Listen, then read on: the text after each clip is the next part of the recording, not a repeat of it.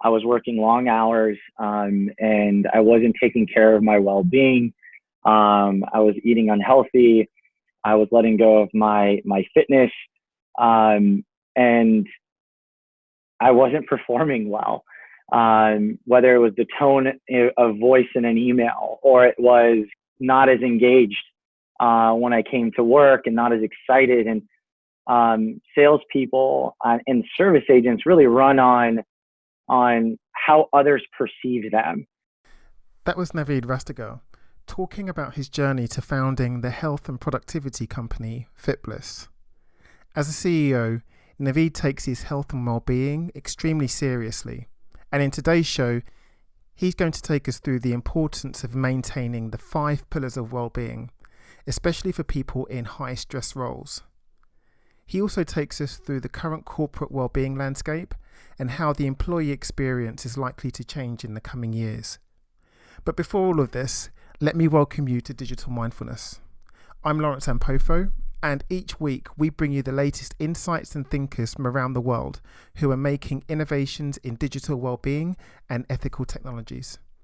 We discuss everything from health and fitness to behavior change, artificial intelligence, digital well-being, and much, much more. I hope you enjoy this episode with Navid Rastegar. Navid, thank you so much for joining us here on Digital Mindfulness. I'm really looking forward to learning more about you and this fantastic product that you've been working on, FitBliss. So welcome to the show. Thank you. Thank you very much for having me. I'm excited to be here.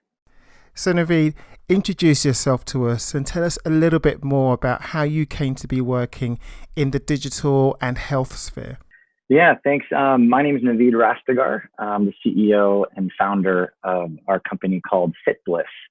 A background about myself: I started the company in 2014, but I think the journey of digital well-being, or more than anything, the concept of well-being, started as a child for me. My mom was a big influence on me growing up with how learning about yourself and becoming self-aware was critical to your lifestyle, your productivity, and the enjoyment of life in itself. And soon enough, I really started to realize that. I think during my career at Cisco and at Salesforce, which is where I was spending a majority of my time, was in the workplace. And I began to take classes for mindfulness and meditation during my time at Salesforce.com. The school is called the School of Practical Philosophy. They're actually based out of London, but they have schools all over the US. And what I found was the connection between my self-awareness, my mindfulness, my health and well-being to my work. I spent the majority of my career in sales and marketing, even though I started my career as an intern doing web development. But sales and service jobs and even marketing roles is where I spent a majority of my career. So my experiences lied with more customer-facing roles. And customer-facing roles are quite stressful and can be exciting, I should say, probably first. Then it can be stressful because every conversation can be very unique. And sometimes you hear the most unexpected things.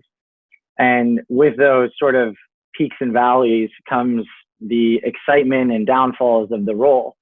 What meditation did for me, what exercise does for me, what eating well does for me, sort of the holistic well-being approach, was it was able to allow me to sort of disconnect from a previous call or an email and sort of go fresh into the next call or next email. And what that did was the customers that I was speaking to, or the prospects or the clients, they loved it.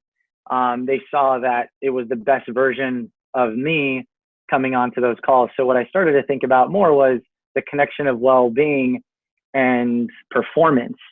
And that's sort of what led me down the journey of starting our company called FitBliss. And I'm excited to see where we're going, and most importantly, seeing the success of our customers and their employees. I think that's such an important story, and if I'm brutally honest, it's something that I don't think about that often. When I'm trying to get the thing that I want personally or something that I've ordered, I tend not to think about the other person on the end of the line. And so if I am frustrated, that will come straight out. So it's fascinating to me that you're, being in a customer care center, you recognize that perhaps having these negative experiences was impacting directly on your performance and on your health. And so this was the first thing that encouraged you to think more deeply about this. Right. I would say the challenges actually started when I was at Cisco, when I was in the sales role, and it was inside sales. And I saw that I was working long hours, and I wasn't taking care of my well-being. I was eating unhealthy. I was letting go of my fitness, and I wasn't performing well. Whether it was the tone of voice in an email, or it was not as engaged when I came to work, and not as excited. And salespeople and service agents really run on how others perceive them. It's a very much a, hey, am I doing this and am I seeing a result come out of this job role? And it's very immediate, meaning it's sort of like a dopamine injection every single day. Are we getting that? And are we hooked on that? And if we're seeing sort of a cascading effect of negative engagement with whether it's a customer not interested, or hanging up on you, or not responding to an email, or it's at the end of a sales cycle, and you're right at the end and it's going through procurement, and all of a sudden the deal falls apart because you're just so anxious for the deal to close. These are real life situations that I've experienced, and many others are. And when I came to Salesforce, I was part of the partnership team there, and I sort of immediately took on meditation, and I saw an impact on my emails, how my clients and partners perceived my support to them, and it was very fruitful, and my career accelerated tremendously, and I fell in love with my job at Salesforce. But I had a bigger passion to bring the concept of well-being to employees who are day in and day out dealing with the struggles of sort of the uncontrolled outcome, which is sales and service. And that is where our focus is, and that's where we see a huge market opportunity. And frankly speaking, we're carving out a new industry. I think it's absolutely right that the effects that everything that you just described has on our performance and our overall health and our well-being really is considerable. So going on from there, Navid, tell us what FitBliss is exactly and why it's so important.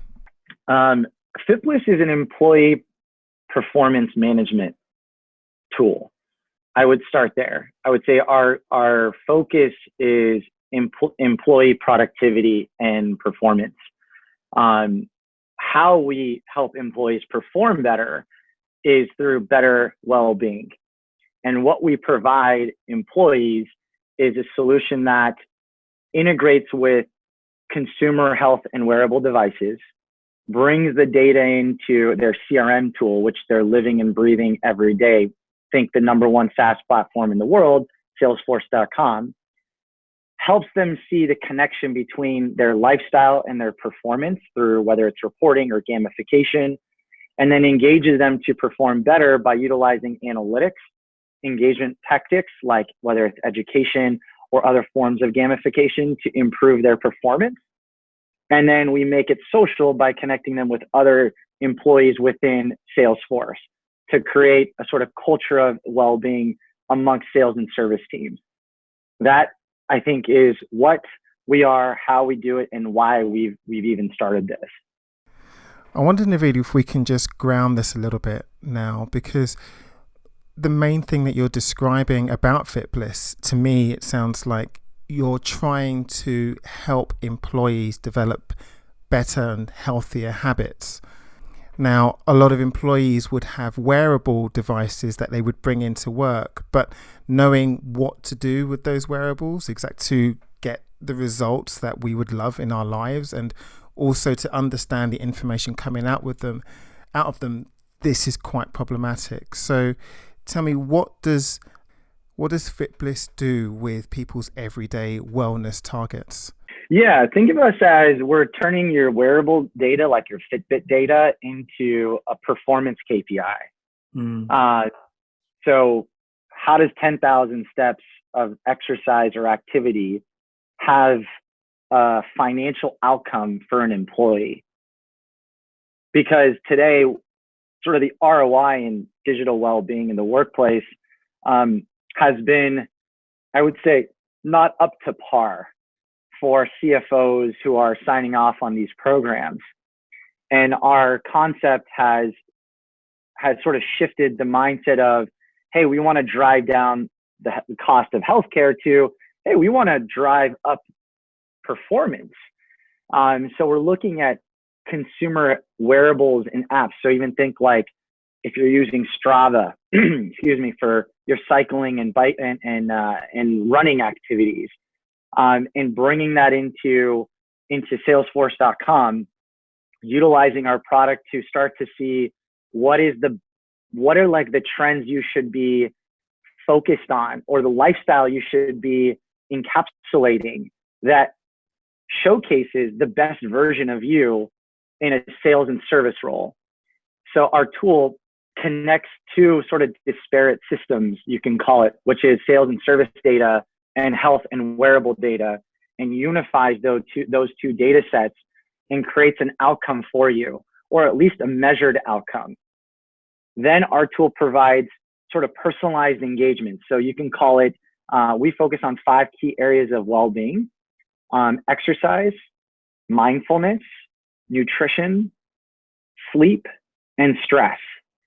So we have a rich content database of tips and videos, call them like training modules, on how we engage that employee at the right time with the right information to push them towards the best version of themselves. So let's just say the trends show that your inside sales team in New York City, when they get at least 7.5 hours of sleep a night, they're showing a higher level of performance than when they are below 7 hours of sleep a night. So how do you, as a sales manager or the CRO of a company, chief revenue officer, engage your teams who are driving top line pipeline to perform better, besides maybe providing them with other tools that is how to maybe better lead qualify, for instance? What about the human themselves, and what's their personalities like? So what's the engagement like with the customer? How do customers respond to that? And the same thing goes with call center agents. So I visited a call center in Ohio, and I'll tell you, after listening in to calls, I will never raise my voice to a call center agent again. Their roles are, they have to take roughly 200 calls a day, and they aren't allowed to necessarily leave their desk until they have a break, because they're sort of KPI'd on first call resolution, how fast they can resolve a call and get to the next one. Because what that does is it lowers the wait time for the other person on the call, which is the customer. So their role is very much transactional. And if they are dealing with, let's just say, one bad call, do they have 10 seconds to take a break between a bad call that maybe got escalated to the next call? And that's where our solution says, hey, we noticed the call was escalated.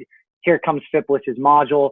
Take 10 seconds to take a deep breath, stretch your arms, because we want to make sure you are the best you before going to the next call. And then we measure that. So the measurement of breaks or different activities or sleep trends has a direct correlation, even a causal effect, to sales and service performance. And if you can address, let's just say the market today shows that $15 billion is lost every year due to disengaged sales and service teams in the US call centers alone, we can address that big problem that employers are facing. And then you have burnout, and then you have retention issues. Then you have to pay for training to recruit and onboard new talent. So the cost is quite high. So if we can start to mitigate that and drive up performance with a tool like ours, I think we're creating something that's never been done before, which is quantifying well-being in the workplace, specifically towards the revenue metric. And maybe the real issue with well-being and health, particularly in the workplace, Navid, is that it's traditionally been quite difficult to get real numbers that you can trust, particularly if you're someone who's responsible for giving these tools to employees throughout a company. That's right. And I'll give you my background. So I've done this now with this company for 5 years. When we first started, we had the mission of better health equals more wealth. And soon we saw there was a big opportunity to get into corporate wellness. So we sort of paved the path of building a corporate wellness solution. And fast forward 4.5 years later, I think we're going back to the mission statement, which is better health equals better wealth versus building a corporate wellness solution that frankly doesn't have as much measured outcome that we were hoping it would. And that's why we're building this solution. And what's great is we're already seeing a lot of companies sign up for this hypothesis, and incorporating that with sales and service teams. This all sounds fantastic, Navid, and I think that bringing together personal data like well-being and linking that to our performance at work could be incredibly valuable to helping us get to where we want to be. But the first thing that jumps to my mind is data and privacy. Like, who would own that information? Because well-being data is intensely personal, and having that shared with an organization could be used for purposes that that are not in our best interest, to put it politely. I'd say privacy and trust is our number one concern and initiative every single day. So we take privacy and trust very seriously. Every employee's data and information is anonymized and aggregated based on their department and job role. So we do not show employee names. We show trends within an employee role for data and analytics purposes and trends purposes, and of course, engagement and ROI. However, every employee's data is taken very, very seriously, and we don't show that personal health information to the employer. You mentioned, Navid, that you've been working on this for about 14 years now, but it seems to me, certainly through the research that we've been doing here, that this issue has just now come to the fore. It's just reached a tipping point within organizations very recently. Would you agree with that? Very much so. I would say, I think the concept of well-being in general has taken more of a front seat in the employer's culture and engagement teams. So I think employee benefits is really an area where it's a must-have. I think burnout, retention, and recruitment is where employers are frankly scared the most. I think if you talk to a lot of senior leaders, what maybe keeps them up at night, a majority of nights, is their own employees. Are they satisfied in their job roles? Are they feeling overworked? Are they going to stay, or are they going to leave? And the biggest area of emphasis will be what sort of employee benefits, engagement, and culture do we have? And with sales teams are notoriously known for turnover, meaning that's why there's a heavy investment in training and onboarding for sales teams, and making it as quick as possible, because if you want to hire a salesperson sitting in their desk and not performing and not driving sales is not good, right? It's not perceived as a good thing. So how do we engage those employees, keep them, and optimize them to perform at their best from the first day they sit in the office? So the concept of well-being has become more of how does well-being and engagement drive overall retention and performance in the workplace, that we can then take as a recruitment tactic to bring on the best talent. And that's why well-being, I think, is really transformational in the workplace. And I think the concept is really kicking in. Just the other day, I was talking to our team where we're having more and more clients integrate our product into their Salesforce, which is, to me, meaning single sign-on experience is important for employees. 2, they want to see outcomes that are measurable. And 3, they want to see sales and service teams at their best. So those 3 together is sort of a unique, I would say, a whole new industry, frankly speaking. We're calling that industry health productivity versus corporate wellness, because it is what it says it is, health and productivity. And that's what we're very excited about. And we're going to be taking more and more to market with our customers, sharing the story versus even us. Navid, earlier you mentioned these 5 core pillars of well-being as part of the platform. And I'm wondering if you can share with the audience, what are some of the first things that they can do to enhance their health and well-being so that it improves their performance at work? I would say 2 things. 1, pause. Press pause. If things aren't going well, which, let's just be frank, there usually aren't, because our minds tend to think negative thoughts versus positive thoughts, just because they're easier to think about, of all the things that aren't going the way you hope they would. I would say 1, definitely pause. If you can, when you're eating, be mindful of the taste of the food. Be mindful of chewing. These are easy practices. This is what I learned during my meditation and philosophy classes. I would say when you're typing on the keyboard, actually feel the keyboard, feel the typing.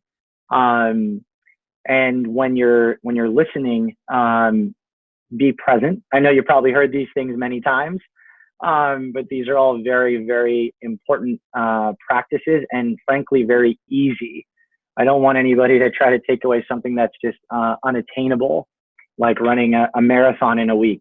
I'd say start with small, tangible, and frankly achievable mindfulness practices that doesn't require you to necessarily get up and move, because maybe you have a sore knee, for instance, or a bad back. Try to do things that are very easy. And I think, for instance, like I mentioned, feeling your fingers on the keyboard, tasting the food and enjoying the food versus maybe being on your laptop or your phone. And then when you're speaking with people, just be present and listen. I think those 3 are easy ones to take advantage of. I think this is really heartening to hear, because platforms such as this would helpfully nudge people to making better choices around their health and their well-being, even right the way down to the words that they use on a daily basis to help improve their performance. And I think that, again, from what you're saying, this really does signal a sea change into the importance of health and well-being in the workplace, and particularly not just how it relates to staff, but also how it relates to the things that a lot of people care about, particularly the budget holders. Yeah, I think the mission around well-being in the workplace needs to transform. I think that we, as humans, should be thinking about well-being as a must-have versus a nice-to-have when we come to work every single day. And I think it extends outside the 4 walls of the workplace as well, with family and friends and, frankly, yourself. I think that is where we want to see the industry go versus where I think it's been for decades. It's not just a gym membership anymore. It's the humans that come to your office every day that are the bloodline of the company. And it's critical to think of their well-being as a must-have versus a nice-to-have. So Navid, where can people find out more about you and your work and connect with you? Wonderful. Yeah, I would say, obviously we have a website, so please visit our website. It's FitBliss, FitBliss FitBlissSS.com. And if they want to learn more about the platform and the solution, I would say reach out to us. Infobliss@FitBliss.com. It's information and bliss@FitBliss.com. So infobliss@FitBliss.com.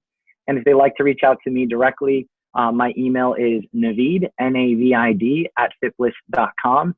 And I'd love to have a conversation. If you're feeling the pain like I felt the pain, or you feel like your colleagues can really utilize a platform technology like ours, please reach out to us. We love to hear your voice and share that with the world and transform corporate wellness as we know it. Well, Navid, thanks so much again for being with us today and sharing your knowledge and your wisdom with us, and wish you all the best with FitBliss. Sounds like a really fantastic product. Thank you so much for having me. Appreciate it.